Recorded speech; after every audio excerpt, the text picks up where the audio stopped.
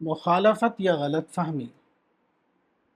برطانیہ کی Christian missionary کے ایک ممبر کو ایک کام سونپا گیا کہ وہ قرآن کا مطالعہ کر کے ایسی چیزیں جمع کریں جن کو اسلام اور مسلمانوں کے خلاف استعمال کیا جا سکے۔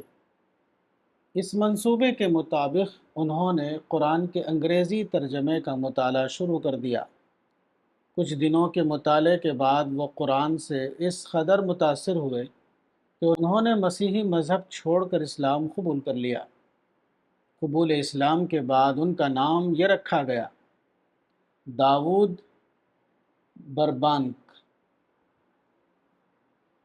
اس کے بعد انہوں نے عربی زبان اور دینی تعلیم کے حصول کے لیے 1980 میں جامعہ اسلامیہ یعنی مدینہ میں داخلہ لیا۔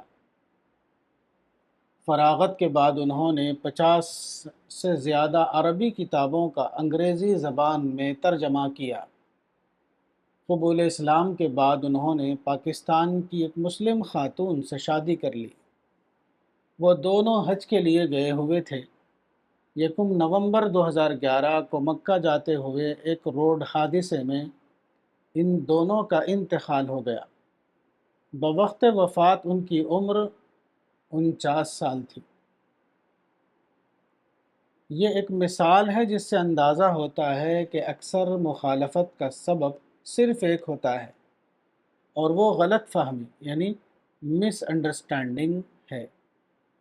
درست طرز عمل یہ ہے کہ کسی کو محض ظاہری مخالفت کی بنا پر دشمن قرار نہ دیا جائے اور نہ اسے اپنے سے الگ سمجھا جائے، بلکہ ان کے کیس کو غلط فہمی کا کیس سمجھا جائے اور سنجیدہ انداز میں ان کو اسلام کا مطالعہ کرایا جائے۔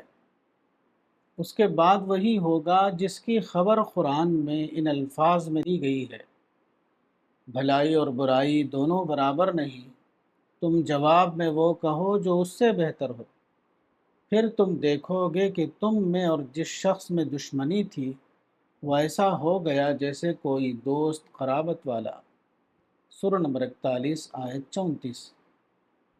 حقیقت یہ ہے کہ ہر آدمی صحیح فطرت پر پیدا ہوتا ہے، بات کو مختلف اسباب سے اس کی رائے کسی کے بارے میں منفی اور کسی کے بارے میں مثبت بن جاتی ہے۔ یہ رائے اکثر حقیقت پر مبنی نہیں ہوتی، بلکہ وہ غلط فہمی پر مبنی ہوتی ہے۔ اگر آدمی کو مطالعے کا موقع دیا جائے تو عین ممکن ہے کہ وہ معاملے کی صحیح نوعیت کو سمجھ جائے اور اپنی غلط سوچ کی اصلاح کر لے۔ الرسالہ، مارچ تا اپریل 2026، مولانا وحید الدین خان، صفحہ نمبر 21۔